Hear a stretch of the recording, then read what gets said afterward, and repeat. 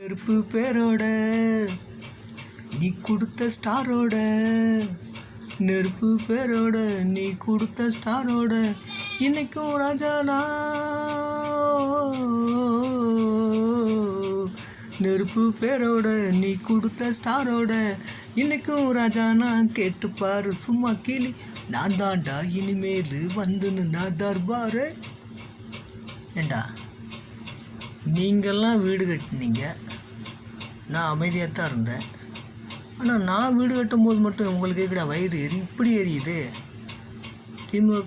திமுக கட்சிக்கார பேரில் அவங்கள தான் நான் கேட்குறேன்.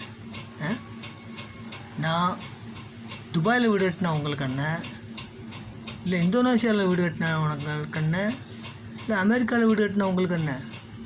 உங்கள் வேலையை மட்டும் பாருங்கடா, உயர்வீங்க. அடுத்தவன் வயிற்றுச்சலில் விழாதீங்கடா.